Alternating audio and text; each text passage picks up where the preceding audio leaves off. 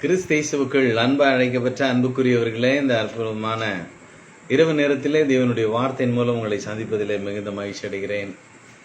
கர்த்தருடைய வார்த்தையை நாம் தியானிக்கும் பொழுது நம்முடைய வாழ்க்கையில் ஒரு மாற்றங்கள், புதிய தகவல்கள், புதிய உணர்வுகளுக்குள்ளாய் நாம் கடந்து செல்லுகிறோம். இந்த நாளிலும் தேவன் அப்படிப்பட்ட கிருபைகளை நமக்கு தருவாராக. முன்பாக ஒரு ஜெபித்து நாம் பாடலை பாடி தேவநாமத்தை மையப்படுத்தி அதன் பிறகு கர்த்தருடைய வார்த்தைக்கு போகலாம். சகல நன்மைகளுக்கும் ஊற்றுக்கும் உறைவிடமாய் இருக்கிற எங்கள் பரிசுத்தமுள்ள நல்ல பிதாவே, இந்த அற்புதமான அதிசயமான நல்ல வேலைக்காய் நன்றி சொல்லுகிறேன். ஆண்டவரே, எங்களை அழைத்த நோக்கத்தை நீர் ஒவ்வொரு நாளும் நீர் நிறைவேற்றி வருகிறீர். இமைப்பொழுது கைவிட்டேன், உருக்கமான இரக்கங்களால் எங்களை சேர்த்து கொண்ட ஆண்டவர் நீர். ஆண்டவரே, எல்லா விதமான சூழ்நிலைகள் மத்தியிலும் உம்முடைய வார்த்தை எங்களை தேற்றுகிறது. உடைய வார்த்தைகளிலே நாங்கள் அநேக கற்றுக்கொள்ளுகிறோம். ஒரு நாளும் நீர் கற்றுக் கொடுத்து கொண்டே இருக்கிறீர். இன்னும் நாங்கள் ஆண்டவரே உம்முடைய என்னிடத்தில் வாருங்கள், என்னிடத்தில் கற்றுக்கொள்ளுங்கள், என் நுகம் மெதுவாயும் லகுவாயும் இருக்கிறது என்று சொன்னீரே. இந்த லகுவான ஆசீர்வதிக்கப்பட்ட உடைய மகத்தான கிருபைகளுக்காக நன்றி சொல்லுகிறோம். என் தேவன் இந்த நாளிலும் பெரிய காரியங்களை செய்வீராக. எங்களை ஒரு நாளும் நீர் ஆண்டவரை வெட்கப்படுத்தாமல் தலைநிமிர செய்கிற தேவன்.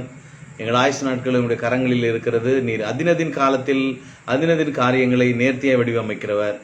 இம்மட்டும் செய்த நன்மைகளை எண்ணி உமக்கு நன்றி சொல்லுகிறோம். இந்த வேலையை நீ பொறுப்பெடுத்துக் கொள்ளுங்க. இந்த நாள் தியானத்தில் எடுத்துக்கொள்ளப்பட்ட வசனங்களை எங்களுக்கு தெளிவாய் கற்றுக் கொடுங்க. இயேசுவின் நாமத்தில் பிதாவே, ஆமென். ஒரு பாடலை, தேவா எனக்குள் வந்தீரே, இயேசு தேவா எனக்குள் வந்தீரே. எந்த மனிதனையும் பிரகாசிப்பிக்கின்ற ஒளியே இந்த மெய்யான ஒளி, நித்தியமான ஒளி, அந்த மெய்யான ஒளி. அதை நாம் அந்த பாடலை நாம் பாடலாம். தேவா எனக்குள் வந்தீரே, இயேசு தேவா நீர் என்னுள் வந்தீரே. தேவா எனக்குள் வந்தீரே, இயேசு தேவா நீர் என்னுள் வந்தீரே. எந்த மனிதனையும் பிரகாசிப்பிக்கும் ஒளியே, இந்த உலகத்திலே வந்த நித்தியமான மெய்யான ஒளியும் நீரே. தேவா எனக்குள் வந்தீரே, இயேசு தேவா நீர் என்னுள் வந்தீரே. உன்னதங்களில் உம்மோடு என்னை உட்கார செய்தவரே. உன்னதங்களில் உம்மோடு என்னை உட்கார செய்தவரே. என்னை எல்லாவற்றையும் எல்லாவற்றாலும் நிரப்புகின்ற நிறைவான சபைக்கு நீரே மேலான தலையா நீரே. தேவா எனக்குள் வந்தீரே, இயேசு தேவா நீர் என்னுள் வந்தீரே. என் மேல் நீர் வைத்த ஆவியும் எந்தன் வாயில் நீர் தந்த வார்த்தையும். என் மேல் நீர் வைத்த ஆவியும் எந்தன் வாயில் நீர் தந்த வார்த்தையும். அது என்றென்றும் என்னை விட்டும் எந்தன் சன்னதி விட்டும் நீங்காது என்ற உந்தன் உடன்படிக்கை தந்தவரே. தேவா எனக்குள் வந்தீரே, இயேசு தேவா நீர் என்னுள் வந்தீரே.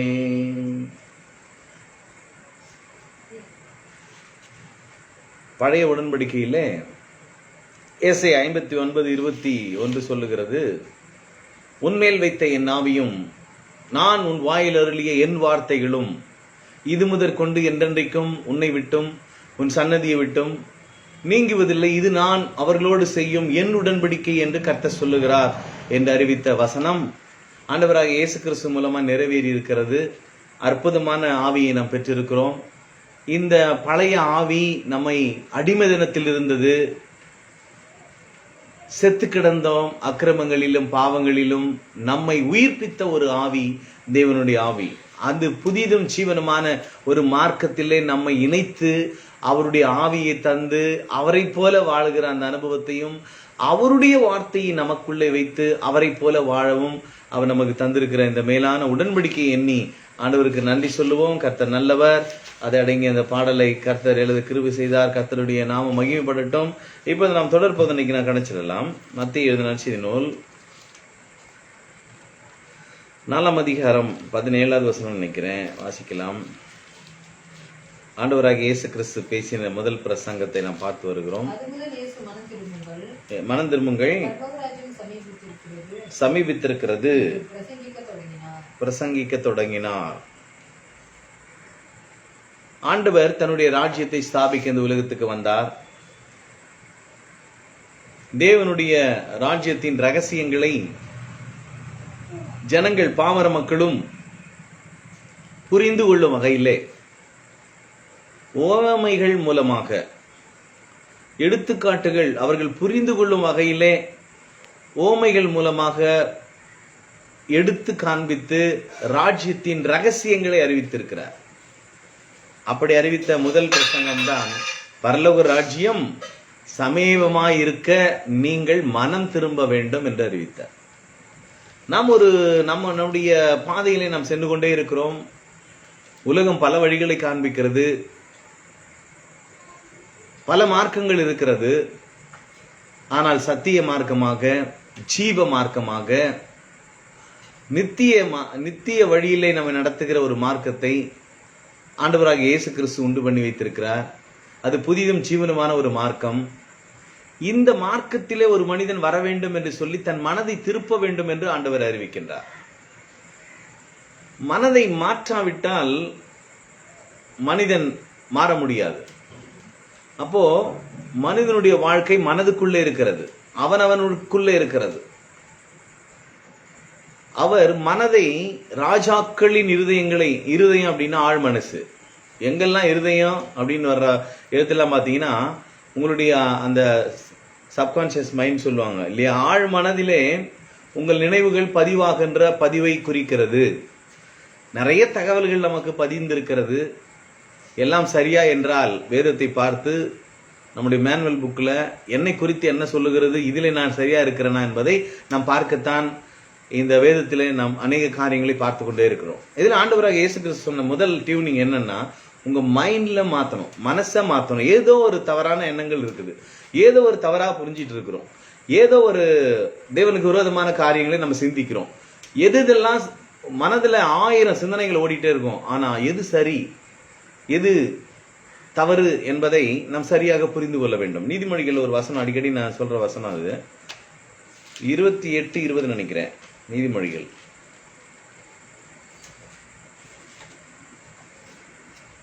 கரெக்டா? இல்ல அது இல்ல.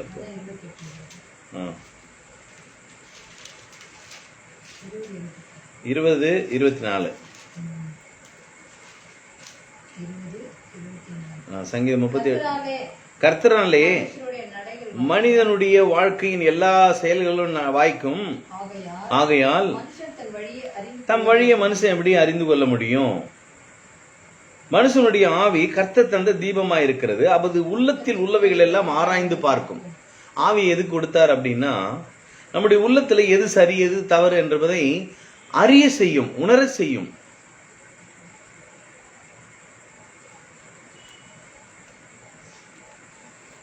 ஆகவே மனதிலே நம்ம ஒவ்வொரு நாளும் ஆண்டவருடைய ஆவியால் நடத்தப்படுகிற அனுபவம் இருக்கும் பொழுது உண்மையாகவே சரியான நிதானித்து நாம் செல்ல முடியும்.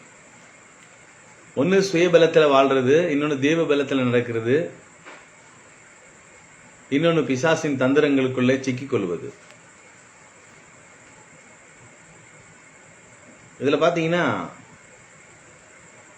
கர்த்தராலே தான் தன்னுடைய நடைகள் வாய்க்குமே என்பதை நாம் புரியணும். அவருடைய ஆவி கொடுத்ததின் நோக்கம் நம்முடைய மனதை அது சரியான பாதையில நிலைநிறுத்தும். சரியில்லாத தகவல்களை அது டெலீட் பண்ணும், அது சுத்தமாக்கும். அதாவது அழுக்கானவைகள் எல்லாம் எடுத்து, அதாவது கல்லான இருதயத்தை எடுத்து சதையான இதயத்தை கொடுக்கிற தேவன். வேற யாருமே டிரான்ஸ்ஃபர் பண்ண முடியாது. இன்னைக்கு என்னென்னவோ டிரான்ஸ்ஃபர் பண்றாங்க பார்ட்ஸ் எல்லாம். ஆனா இதயத்தின் நினைவுகளின் தோற்றங்கள் நித்தமும் பொல்லாதது என்று கண்டு மனசாபப்பட்ட தேவன் அதையே சரி செய்யும்படியாகத்தான் இரண்டாம் ஆகி ஆதாமாகி இயேசு கிறிஸ்துவை இந்த உலகத்துக்கு அனுப்பினார். அப்ப இவர் மூலமாய் ஒரு மாற்றங்கள் உண்டாக வேண்டும் என்ற நோக்கத்திலே இந்த செயல்களை எல்லாம் தேவன் செய்து முதல் பிரசங்கத்திலே அதை அறிவிக்கிறார். மனம் திரும்புங்கள், பரலோக ராஜ்யம் சமீபமா இருக்கிறது. அப்படியே பிரசங்கத்துல எல்லாம் பாத்தீங்கன்னா நிறைய இடத்துல பரலோக ராஜ்யம் எங்க இருக்குது அப்படின்னு கேட்கும்போது சொல்லுவாரு, அது உங்களிடத்தில் இருக்குதுன்னு. உங்களிடத்தில் இருக்கிறதே. அப்போ எங்க இருக்குது சொர்க்கம், எங்க இருக்குது வாழ்க்கை, என் வாழ்க்கை எல்லாம் நல்ல வழிகள்லாம் எங்க இருக்குதுன்னா நமக்குள்ளே இருக்கிறது என்பதை நம்ம உணர்றோம். நம்ம அதை நினைக்காததுனால அது நம்முடைய வாழ்க்கையில நடக்கல. யாரோ ஒருத்தர் நினைக்கிறதுனால என் வாழ்க்கை மாறாது. நான் எல்லா காரணத்துக்கும் நீங்க சண்டே செய்தியை கேட்டு பாருங்க, நல்ல அற்புதமான ஒரு செய்தி. எல்லாவற்றுக்கும் காரணம் நாம் தான். வேற இன்னொருத்தர் அப்படின்னு சொல்றது சரியான பதில் இல்லை. ஆண்டவராக இயேசு கிறிஸ்து கூட என்னில் குற்றம் உண்டு என்று உங்களில் யாரேனும் சொல்லக்கூடுமான்னு கேட்கிறாரு. அந்த அளவு தன்னுடைய வாழ்க்கையில பரிசுத்தத்தையும் நீதியையும் தேவையில்லாத காரியங்களையும் அவர் பேசினதாக வேதத்துல இல்லை. ஆனா நம்ம தான் என்ன பண்றோம், அவசரத்துல ஆத்திரத்துல என்னென்னவோ பேசுறோம். ஆனாலும் அந்த எமோஷனல்ல இந்த வெளிப்படையான மனசுல இருந்து பேசிடுறோம். உள்ள ஆழ மனசுல கொஞ்ச நேரம் கழிச்சு தான் யோசிக்கிறோம், ஐயோ நம்ம பேசுனது தப்பு இல்லை, இது பேசியிருக்க கூடாது, இது செஞ்சிருக்க கூடாது அப்படின்னு நம்ம யோசிக்கிறோம். இதுதான் தேவனுடைய சத்தம், இதுதான் தேவன் நம்மை நடத்துகிற விதம். அதற்கு நாம் இடம் கொடுத்து தேவன் பார்த்துக்காருங்க, அவரால் முடியாது ஒன்றும் கிடையாதுங்க, என் தேவன் எல்லாம் கொடுங்க, அவர் சக்சஸுங்க, என் வாழ்க்கை அவ்வளோதாங்க, நான் நல்லா தாங்க இருப்பேன், நான் நீதிமானுங்க, நான் குற்றமற்றவன், நான் ஜெயிக்க பிறந்தவங்க, நான் வெற்றிக்காகவே படைக்கப்பட்டவங்க, என் வாழ்க்கையில் அவ்வளோ ஒரு நன்மையும் குறைவு கிடையாதுங்க, எனக்கு நன்மையும் கிருபையும் தொடருங்க, எனக்கு பாக்கியம் உண்டாங்க, நான் நீடித்த நாளா இருப்பேங்க, எனக்கு என்னுடைய வழிகள் எல்லாம் நீதியான வழிங்க அப்படின்னு சொல்லி நம்முடைய வாயில நாம் பேச பேச நம்முடைய சரீரம் அதற்கு நேராக திரும்பும் என்பதில் எந்த விதமா. அதனாலதான் சொன்னார், மனசை மாத்தியா. எப்படிங்க மனசை மாத்துறது? நிறைய விஷயங்கள் சொல்லி இருக்கிறார் ஆண்டவர். அது நம்ம ஒரு சில வசனங்களை நாம் பார்க்கலாம். முதல்ல மனதை மாற்றுறதுக்கு முன்னாடி ஒரே மனசமா இருக்க முடியுமா, என்னால ஒரே மைண்டை செய்ய முடியுமா, செயல்பட முடியுமா அப்படின்னா அதற்கு மாடல் இந்த உலகத்துல மனுஷனா இந்த உலகத்துக்கு வந்த இயேசு கிறிஸ்து தான் சரியான மாடல்கள். அவரே சொல்றாரு, அவரை குறித்து நிறைய பழைய ஏற்பாட்டில புதிய ஏற்பாட்டில பதிவு பண்றது பார்க்கலாம். பழைய ஏற்பாட்டில் ஒரு சில பதிவுகளை நான் சொல்றேன். சங்கீதம் 110:4 பாருங்க.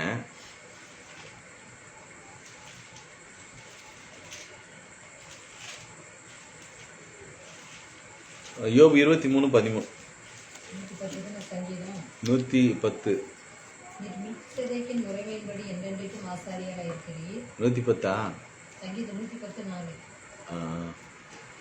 என்று கர்த்தர் ஆணையிட்டார், மனம் மாறாமல் இருப்பார். அது இல்லையா? சரி, யோபு 23:13 வாசிங்களேன். அதே ரெஃபரன்ஸ் எபிரேயர்ல ஒரு வசனம் இருக்கும், இருங்க. யோபு 23:13 வாசிங்க.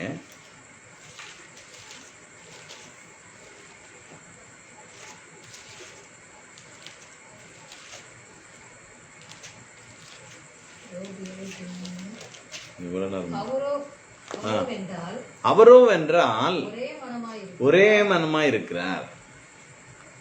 எபிரேயர் 7:20 வாசிக்கிறேன் பாருங்க. அன்றியும் அதே வசனம் தான், 110:4 தான். சங்கீதத்திலையும் அதே மேல்கோள் காட்டிருப்பாரு. அன்றியும் அவர்கள் ஆணை இல்லாமல் ஆசாரியராக்கப்படுகிறார்கள். இவரோ நீர் மெல்கிசேதேக்கின் முறைமையின்படி என்றென்றைக்கும் ஆசாரியராக இருக்கிற என்று கர்த்தர் ஆணையிட்டார், மனம் மாறாமலும் இருப்பார் என்று தம்முடனே சொன்னவராலே ஆணையோடு ஆசாரியரானார். யார் சொன்னது? பிதா அவரை பார்த்து சொன்னாரு. இவர் எப்படியா? கர்த்தர் ஆணையிட்டார், மனம் மாறாமல் இருப்பார். மனம் மாறாதவர் அவர்.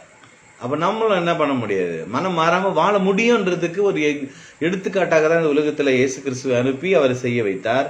அதை செய்து முடித்தார் ஆண்டவர். அவர் மனம் மாறாத தேவன், நம்முடைய தேவன். ஆனா யோபு சொல்றாரு, அவரோ எப்படி இருக்கிறாரு? ஒரே மனமா இருக்கிறார், ஒரே மனமாக இருக்கிறார். அப்போ நம்ம இந்த உலகத்துல மனதில் பல காரியங்கள் ஆட்கொள்ளப்பட்டாலும், ஆண்டவரே நீங்க என்ன பிடிச்சு கொள்ளுங்கப்பா, நடத்துங்க அப்படின்னு சொல்லி சரண்டர் பண்ணி பாருங்க, ஒரே மனதில் நிக்க முடியும்.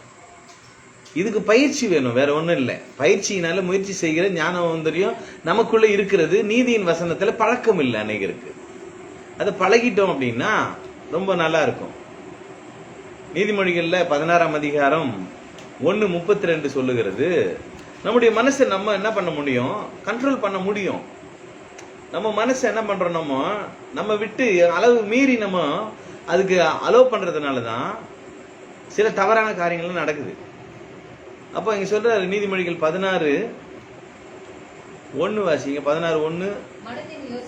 மனதின் யோசனைகள் மனுஷனுடையது, நாவின் பிரதியுத்தரமோ கர்த்தரால் வரும். 32. பலவானை பார்க்கிலும் நீடிய சாந்தமுள்ளவன் உத்தமன், பட்டணத்தை பிரிக்கிறவனை பார்க்கிலும். எவ்வளவு பெருசு நம்ம அடக்க போறான், அவ்வளவு சாதனை பண்ண போறேன், இவ்வளவு மனசை முதல்ல அடக்கிறதுக்கு கத்துங்க. அதாவது தீர்க்கதரிசிகள் சொல்லும் போது சொல்லுவாரு, தீர்க்கதரிசிகள் ஆவிகள் தீர்க்கதரிசிகளுக்கு அடங்கி இருக்கணும். ஆண்டவர் உணர்த்தினாரு காட்டினாரு அப்படியே சொல்லக்கூடாது. எல்லா விஷயத்தையும் அவங்க கற்றுக்கணும், அதுல தேரணும். அதுக்காக தான் தீர்க்க தரிசனமே தவிர ஒரு மனுஷனை குற்றவாளியா மாத்தி அப்படியே குற்றத்தை சொல்லி சாகடிக்கிறதுக்கு அல்ல தீர்க்க தரிசனம். வாழ வைக்கத்தான் தீர்க்க தரிசனம். அதனாலதான் சொல்றாரு, தீர்க்கதரிசியின் ஆவிகள் தீர்க்கதரிசிக்கு அடங்கி இருக்கணும். அப்ப நம்முடைய மனதை நாம் அடக்க முடியும். இயேசு கிறிஸ்து இந்த உலகத்துல அவரை பார்த்து காரி துப்புனாங்க. ஆனா என்ன பண்ணாரு, அவர் நினைச்சிருந்தா அவரு சுவாசத்தினால பூமி அதிருமா. இங்க முன்னாடி நின்னுக்குன்னு என்னென்னவோ அந்த பொம்பளை காட்ட மாதிரி பொம்மைங்கெல்லாம் வேலை நடத்துது, பேசுது. ஆனா ஆண்டவர் அமைதியா இருக்கிறார். தப்பு செஞ்சவங்களை பார்த்து முதல் சொன்ன வார்த்தை பாருங்க, இவர்கள் தாங்கள் செய்கிறது இன்னதுன்னே தெரியாம செய்யறாங்க. நிறைய பேர் தெரியாத செய்யறதுனாலதான் அறியாம செய்யறாங்க, தெரிஞ்சுதான் செய்யறாங்க. ஆனாலும் ஆண்டவர் சொல்றாரு, இவர்கள் இன்னும் யாருக்கு செய்யறது தெரியல, இவங்களுக்கு அறியாம செய்யறாங்க. அதனால இவங்களை தயவு செய்து மன்னி ஆண்டவரே, இவர்களை வாழ விடுங்க. மற்றவர்களுடைய வாழ்வையே ஆதாரமாக கொண்ட அந்த மனம் இயேசு கிறிஸ்துவின் மனம். ஒவ்வொருடைய மனதையும் நீங்க ஆராய்ந்து பாருங்க. வேதத்துல எத்தனையோ பக்தர்கள் வாழ்ந்திருக்கிறார்கள், எத்தனையோ நீதிமான்கள். ஆதியில ஆதாம்ல இருந்து 2ஆம் ஆதாம் வரைக்கும் நீங்க கொஞ்சம் செக் பண்ணி பாருங்க.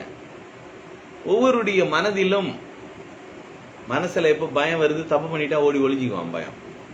அப்ப மனசு திக்கு நடிக்கும். சிலருக்கு திக்குன்னு தப்பு பண்ணிட்டா குற்ற உணர்வு வாழ விடாது, சாகடிக்கும்னு சொல்லுவாங்க, கொஞ்சம் கொஞ்சமா கொல்லுவாங்க.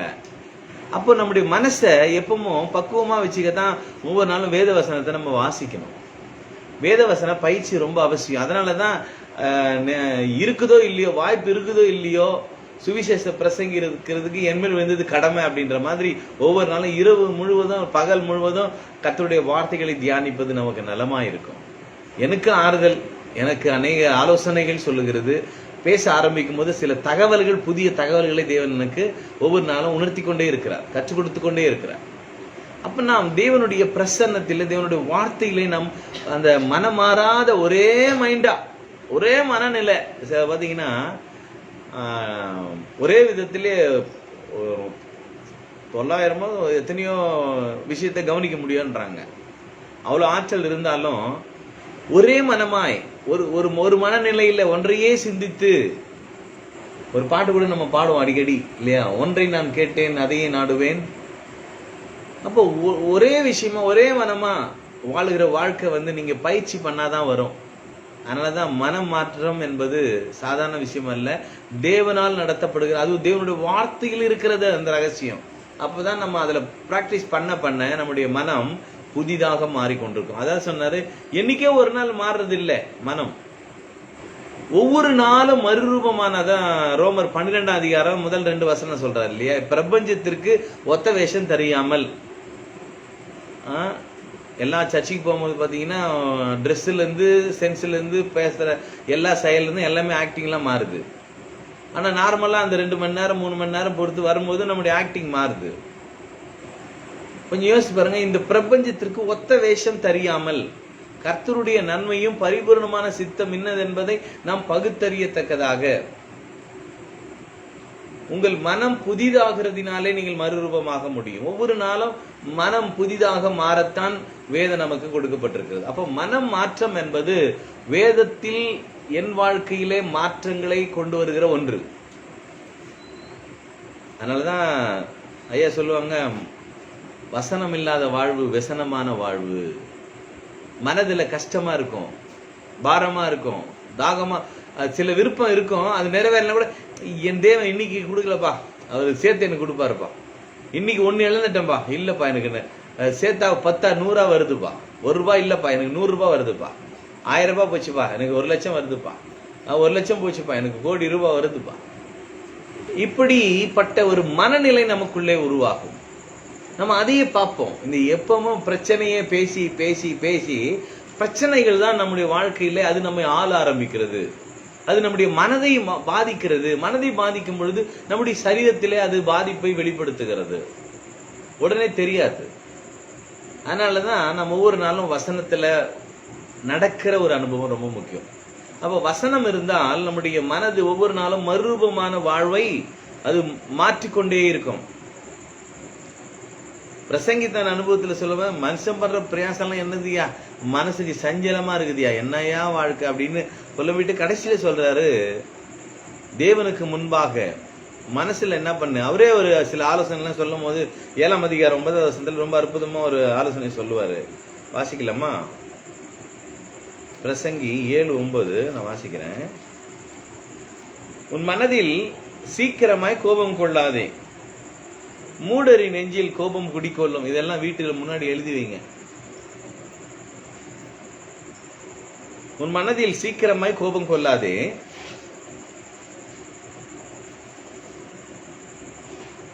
மூடரின் நெஞ்சிலே கோபம் கொடிக்கொண்டிருக்கும். நான் மூடன் அல்ல, நான் தேவனுடைய பிள்ளை. சொல்லுங்க, நான் தேவனுடைய பிள்ளை, எனக்கு கோபம் இல்லை, எனக்கு பொறுமை உண்டு, சாந்தம் உண்டு. பேசினா அது உருவாக ஆரம்பிக்கும். நம்ம பேசாததுனால, அது குறித்த சிந்தனையே இல்லாதனால அது செயல்படல, மனசு மாறல. அன்னைக்கு எப்படி இருந்தாலும் அப்படியே இருக்கிறாருங்க அவரு. ஆகவே நம்ம ஒவ்வொரு நாளும் மனம் மாற நாம் அழைக்கப்பட்டிருக்கிறோம். வேதம் நம்மை தாழ்மையா அழைக்கிறது. அதனாலதான் ஏசாயா எழுதுறாரு 26:3 உண்மை. இந்த ஒரு வசனம் ரொம்ப முக்கியமான வசனம், அதை வாசிக்கலாம். ஏசாயா 26:3.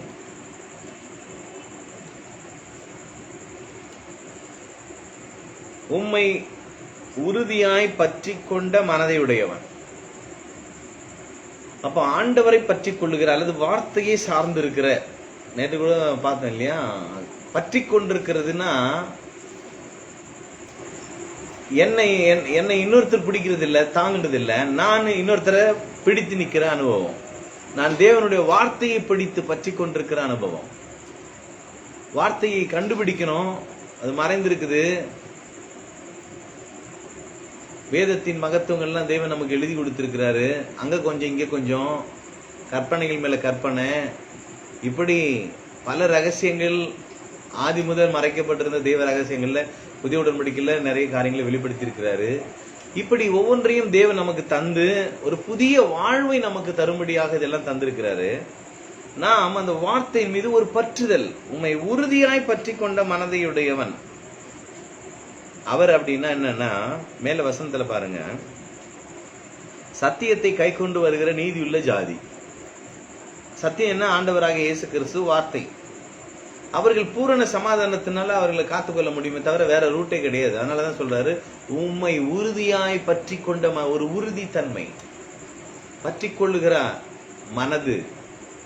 அப்ப நம்முடைய மனம் எப்படி மாறணும்னா, ஒரு பிடியில இருந்து இன்னொரு பிடிக்கு நம்ம பிடிக்க ஆறணும். இப்ப ஒரு பெரிய மரத்துல இருந்து இன்னொரு மரத்துக்கு தாவறனா இந்த கிளையில இருந்து இன்னொரு கிளைக்கு போற மாதிரி இங்க பாவ வாழ்க்கையிலிருந்து விட்டு பரிசுத்த வாழ்க்கை பிடிக்கின்ற ஒரு அனுபவம். வார்த்தையை பற்றி கொடு. உலகத்தை சார்ந்தே வாழ்ந்துட்டோம். நிறைய விஷயங்கள்ல நிறைய நிறைய தகவல்கள்லாம் நம்ம உலகத்தையே சார்ந்து வாழ்ந்துட்டோம். என்ன அடிச்சா நான் அடிக்கிறது, என்ன திட்டினா நான் திட்டுறது. ஆனா ஆண்டவர் தான் வந்து சொன்னாரு, ஒருத்தன் ஒரு கணத்துல அஞ்சா மறு கணத்தை காண்டிடுப்பான்னாரு. இதுதான் மனம் திரும்புதல், மனம் மாறுதலுக்கான அடையாளம்.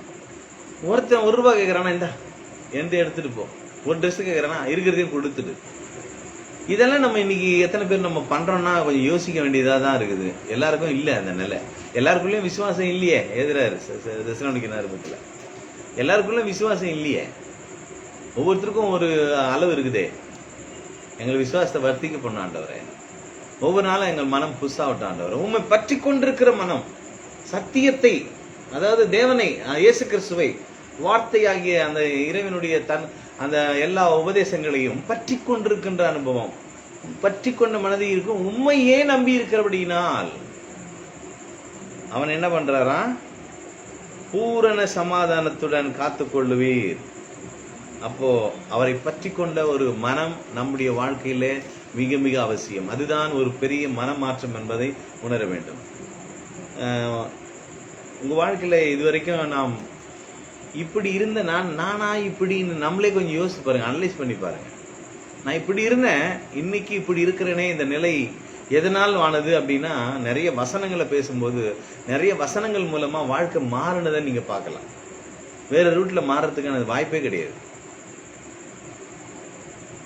ஆகவே உங்கள் மனதை வசனத்துக்கு திருப்புங்கள். வசனம் உங்கள் மனதை என்ன பண்ணும், மாற்றங்களை உண்டாக்கும். அப்போ மனதை எப்படி நான் திருப்புறது அப்படின்னா, வசனத்தை கொண்டு வாழ்க்கையை திருப்புகின்ற, பாதையை காண்பிக்கின்ற அந்த வழியில நடந்து செல்லுகின்ற ஒரு உன்னதமான பயணம், அது விசுவாச பயணம். ஆகவே அன்புக்குரியவர்களே, அவரை உறுதியாய் பற்றி கொண்ட மனம். இன்னும் மனதை குறித்து பல வசனங்கள் இருக்குது. ஒரு சில வசனங்கள் எதெல்லாம் உணர்த்துறாரோ அதெல்லாம் நம்ம ஒரு நாள்ல நம்ம பார்க்கலாம். கர்த்தர் தாமே இந்த நாளிலும் அவருடைய வசன ஆதாரத்திலிருந்து நம்முடைய வாழ்க்கையை நாம் மாற்றும்படியாய், மனதை மாற்றி வாழ்கிற வாழ்க்கையை தேவன் உண்டு பண்ணுகிறார். அந்த வழி ஏற்படுத்தி இருக்கிறார். அதனால அவருடைய ஆவியை கொடுத்துட்டாரு, வார்த்தை கொடுத்துட்டாரு. அதை நாம் பிடித்து கொண்டு இந்த உலகத்திலே அவரை விட, அவர் சொன்னாரு, என்னை விசுவாசிக்கிறவன் என்னிலும் பெரிய காரியங்களை செய்வான். அது மாதிரி சொல்லணும். நம்மளை பார்த்தா இயேசு கிறிஸ்துவை மிஞ்சிட்ட மாதிரி இருக்குது. இவர் செயல்லாம், இவருடைய பேச்சு நடக்கலாம் அப்படின்ற அளவுக்கு செயல், நடை, உடை, பாவனைகள் எல்லாம் கிறிஸ்துக்களாக, கிறிஸ்தவன் சொல்றதை விட ஒவ்வொருவரும் தனிப்பட்ட வாழ்க்கையில கிறிஸ்துக்களாய் வாழ தேவன் நம்ம ஒவ்வொருவருக்கும் கிருபை பாராட்டுவாராக. அப்படிப்பட்ட வாழ்வை நாம் அனுபவிப்போம். இந்த பூலோகத்திலே நாம் ஜெபிக்கலாம். எல்லா நன்மைகளுக்கும் ஊற்றுக்கும் உறைவிடமா இருக்கிற நல்ல ஆண்டவரே, இந்த அற்புதமான வேலைக்காய் ஸ்தோத்திரம். நீரே எங்களுக்கு ஆறுதல், நீரே எங்களுக்கு ஆண்டவரே மனமாற்றத்தை கொடுக்கக்கூடிய வார்த்தை எங்களுக்கு தந்திருக்கிறீங்க. நன்றி அப்பா. இந்த பொன்னான, முத்துக்களான, விலை மதிக்க முடியாத, வானமும் பூமியும் ஒழிந்து போனாலும் ஒழியாமல் அழியாமல் எங்களை பாதுகாக்கக்கூடிய, எங்களை பராமரிக்கக்கூடிய, எங்கள் மனதை மாற்றி பரலோக வாழ்வை இந்த உலகத்தில் அனுபவிக்கும்படி செய்கின்ற கர்த்தருடைய வார்த்தைகளுக்காக நன்றி சொல்லுகிறோம். உம்மை உறுதியாய் பற்றி கொண்ட மனம் எங்களுக்கு அதிகப்படுத்தும் அப்பா. ஏதோ ஒரு காலையிலே, ஏதோ ஒரு நேரத்தில் அல்ல, எப்பொழுதும் வார்த்தையை பற்றி கொண்டிருக்கிற அனுபவம் எங்களுக்குள்ளே உண்டாகட்டும். அப்படிப்பட்ட கிருபைகளை நீரே எங்கள் ஒவ்வொருவருக்கும் தருவீராக. நீ தந்திருக்கிறீர், அதை இன்னைக்கு உணர்த்தி இருக்கிறீங்கன்னா அது எங்களுக்கு செயல் வடிவம் நீ கொடுக்க போறீங்க. அதுக்காக நன்றி. தொடர்ந்து பூரண சமாதானத்தினால் ஒவ்வொருவரையும் நடத்துங்க. ஏனோ தானோ என்றல்ல, உண்மையாகவே வார்த்தையின் வல்லமையில் ஒவ்வொருவருக்குள்ளும் வேலை செய்யும் என்பதை நாங்கள் நம்புகிறோம், விசுவாசிக்கிறோம். 100% உங்களுடைய வார்த்தை எங்கள் வாழ்க்கையை மாற்றி அமைக்கும். நன்றி அப்பா. எல்லாவற்றையும் கரத்தில் அர்ப்பணிக்கிறோம். இயேசுவின் நாமத்தில் பிதா, ஆமென். கர்த்தர் நல்லவர். க்ளோரி. ஒவ்வொரு நாளும் மகிமையை காண்போம் கர்த்தருடைய வார்த்தையில். Bless you all. Thank you. காலை சந்திக்கலாம்.